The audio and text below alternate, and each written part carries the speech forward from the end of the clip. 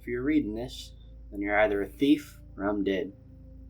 If you're the former, kindly return my property before you find yourself filled with more holes and Swiss cheese. If you're the latter, then hello, my name is Marcus Griffin. This collection of journals has been my way of recording my survival during the Knox event, as they've been calling it. The Corps taught me one thing, it's that intelligence should never be overlooked. And hopefully, by writing down my past experiences, I'll be able to avoid any potentially lethal mistakes from happening again in the future. Now, I suppose I should leave a little about myself here, just in case this journal is one of the last artifacts of this event found by future people. My name is Marcus Griffin. I lived a perfectly average American life all throughout my childhood until I joined the United States Marine Corps out of high school. I stayed in for 15 years, achieving the rank of gunnery sergeant before leaving the Corps for civilian life. That was about 2 years ago, and now I found myself in this mess. I have a sister, Sarah, who lives in the nearby Louisville. I hope she's alright. I currently reside within the Muldrow Trailer Park, although that will be changed soon. Enough about me. You're reading this to learn what happened. This is it. There'd been a stench in the air for weeks. Nobody knew what it was, but now, after all that's happened, some folks theorized it's what caused this mess. Phone lines had been down for days since the 6th. We started hearing rumors that the military had set up shop outside Knox County, either keeping something out or keeping us in. That was when it started. I was making breakfast when I first saw one of them. It was my neighbor, Mary Ann, except she looked wrong. Covered in blood, shuffling around, she seemed hurt. I almost went out to see what was wrong with her when I saw Kyle walk up to her, seemingly for the same reason, and she attacked him like an animal. It was all teeth, scratching, biting, and screaming. After a few moments, Kyle was down and bleeding out. I started to head out when a minute later I saw Kyle stand back up, looking the exact same as Mary Ann did. Together, they began to attack the small crowd that had formed after the original attack. When I watched Sam, Rachel, Bobby, and Emma all bleed out and stand back up again, I figured I'd be safer in my trailer than out there. With my supplies running low, I had no choice but to head out and try to find some stuff. Having observed my neighbors for the past couple of days, it seemed they were no longer human, acting more like animals with an obsession with chasing after sound and savagely attacking anything that isn't one of them. With that in mind, I was more than prepared to defend myself, or so I thought. On the morning of the night, I stepped out of my trailer armed with nothing more than a fork, as I'd left my gun with my sister after she'd been mugged and wanted something to feel safe. Glancing around, I saw a number of what I can only describe as zombies milling around, but one dressed as a police officer caught my eye. I'd feel much safer with a gun at my side, so I approached to take care of the officer. He had a strong riot helmet on that I took to protect my head, as well as a holster and a nearly fully loaded sidearm, which came in handy later. I also found a kitchen knife in the guy's home, which was a nice upgrade over the fork. I started to eat as much food as I could stomach, figuring that gaining a few extra pounds now and losing them later would be preferable to starving to death. Coming back to my home, I saw a few zombies milling around, and they ended up breaking 2 of my windows before I could dispatch them. I didn't think of it in the moment, but my home was no longer secure, and that almost got me killed. I tried to have a cigarette to take some of the edge off, but I realized I had no lighter and I was out of luck for the moment. I did some looting, cleared out some zombies before returning home for the 1800 broadcast. They were talking to some kid named Bobby who was telling the reporter how he'd been one of the last ones out of the zone before the military showed up and started putting up fences. They tried to get the kid to answer a question about violence in the zone, but he started talking about how he didn't see nothing, so I stopped paying attention after that. Good news was I found a lighter while I was out, so I did manage to have a smoke to ease my nerves. Found a whole pack of them along with a hunting knife on some poor guy, so the day wasn't a total loss. When I came home for the night, there was a zombie in my house. It should have been another sign that my home wasn't secure, but I just took it outside and killed it. I'd hoped that putting sheets over the windows so they couldn't see me would have been enough, but it took another incident to really knock into my head on how unsafe I was.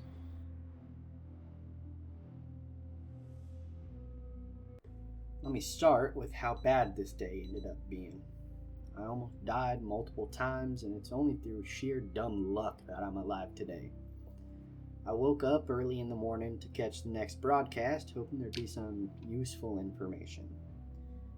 Some general claimed that the outbreak is contained, which is good if it's true. While it's a living hell in here, the last thing I want is for this to get out into the open world. Later in the day, after I began my scavenging for the day, I found a map of Louisville on a zombie I killed. Seeing the familiar map pulled my thoughts to Sarah, my sister.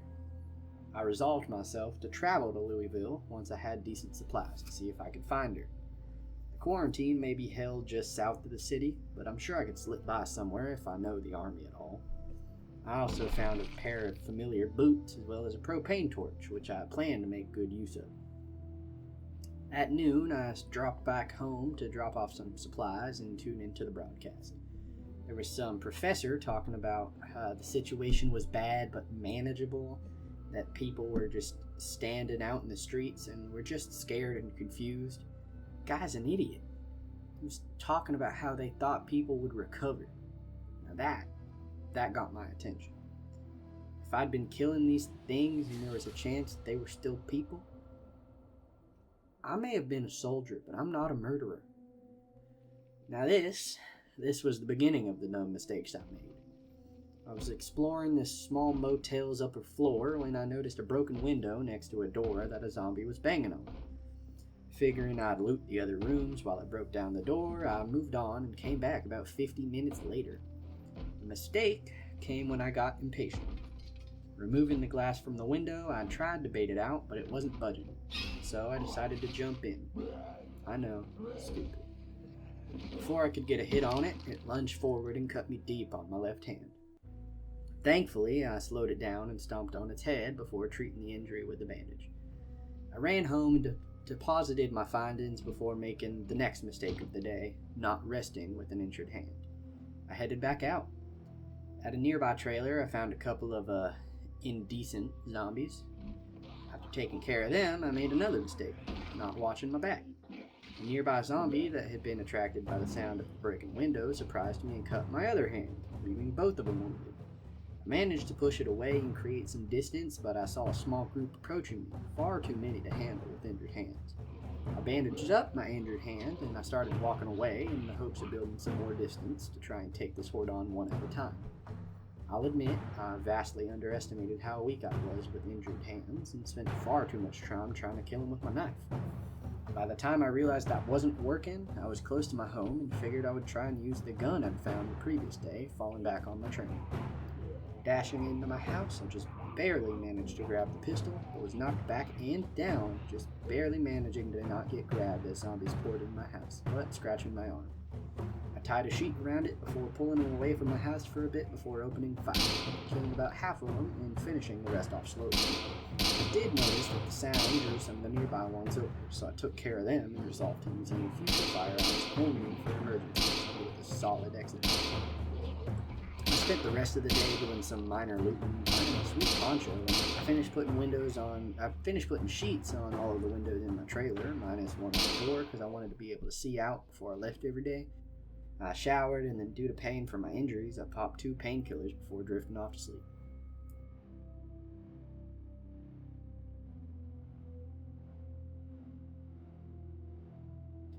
When I woke up, it was raining outside, so I decided to take the day off and stay indoors to heal, do some chores, and catch up on some reading. I was pleasantly surprised when I took the bandage off my forearm to see the injury was gone already. At noon, they announced that all flights were being grounded, restricting travel into and out of the states. I guess I understand it, don't want someone with a hidden version of the disease getting out and spreading it. Our president is stupid though, complaining about how the move was bad for the economy. You've got the dead walking and people fighting for their lives, and the guy's worried about money. The thing that really caught my attention was that they'd set up labs inside the zone to study the infection. Maybe I could find one and get some better information, or maybe even some supplies. I read some more, this time in clothes. At 1800, I learned that there was civil unrest around the nation because of the handling of the Knox event. The army had stated the area was now a no-go zone, meaning there's no chance I'm getting out of here. Better stock up for the long run. Right before I went to bed, I had an unwelcome surprise. Remember how I mentioned I should have realized my home wasn't secure anymore because the windows had been broken?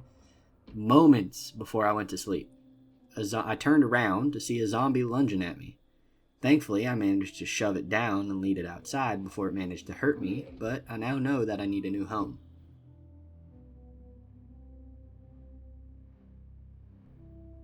I started the day with some push-ups. I haven't stayed as in shape as I'd thought since the Corps, and I need to get back into the habit. I was making pasta for breakfast when the 0600 broadcast began. The president basically said that the situation here isn't looking good and that they're losing hope it's reversible. I did some minor looting before heading back home for a smoke. Hopefully I don't develop an addiction. Did some more looting before coming across this guy who seemed to have drank as much as he could before he died. A smart guy. When trying to watch the news, I made another stupid mistake and got myself scratched by another zombie. I seriously need to start paying more attention to my surroundings and treat all threats as serious, or I'm gonna get myself killed. On the plus side, I found this cool knife. Seems like a replica. I also found this guy with a fanny pack on that had some ammo and a speed loader in it, but no gun, which I thought was dumb. I found out that the emergency broadcast channel shares weather news, which could be useful. I've added that to my daily morning routine. During the 1800 broadcast, the reporters were describing some gruesome image of a zombie with no arm reaching out. Sounds like they're finally realizing what's happening in here. I hope they start taking this seriously.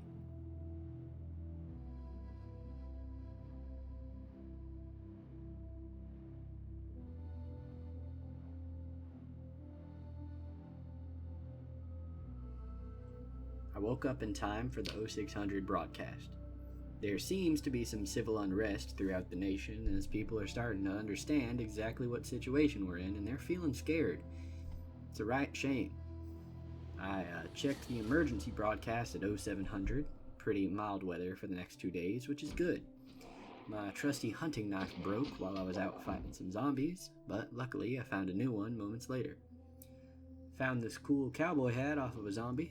Now I can ride out the apocalypse in style. My goal for the day was to get more food, so I hit up the local food market in hopes of finding some non-perishables. Unfortunately, I didn't find much. A couple of burritos that I ate immediately and some fresh vegetables was about it. I found an empty 22 with no magazine. I don't know who carries a gun with no magazine, though. I looted a house and a nearby laundromat, neither of which had anything.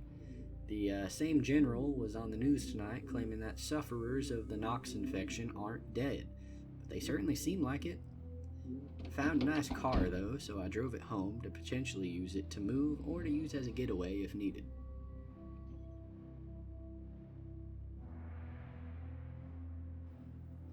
I started my day by listening to the emergency broadcast. It warned of a tropical storm in 5 days, which doesn't sound fun. Hopefully it doesn't damage anything like the power or the water lines, because there's no way I can repair those on my own. Then I listened to the 0600 broadcast. Apparently the president had left the White House because of some protesters. Same general was saying that the sufferers aren't deceased again, which is a load of crap. I get trying to keep people calm and not panicking, but we're beyond that. It was another day of chores. I did some laundry, did some more reading, and listened to the 1200 broadcast. It was a pre-recorded statement from the president, essentially saying that we need peace and that he's sorry for lying, but that they were planning to take action within the zone soon. Now that scared me, because if they take the safe route, they'll bomb this place to oblivion and I'll end up dead. They take the hard route, they'll come in on foot and with vehicles and run the risk of the quarantine breaking. However, it seemed like that may have already happened, as NNR was also reporting gunfire at the south quarantine zone. I did some more reading while I anxiously awaited for the 1800 broadcast. I was torn between a desire to escape this hell and a desire to keep everyone outside this hell safe. If the zone gets compromised, Sarah might get hurt, and she's the only one I still have. Well, the 1800 broadcast came. The zone has been compromised completely. Apparently, military and civilians were fighting, and the military shot guns. Naturally, the infected were attracted by the noise and overwhelmed them all. Louisville ain't safe no more. Sarah. Hell, the NNR reporter got bit. he's dead man walking now. I gotta get to Louisville quick so I can get Sarah out of there.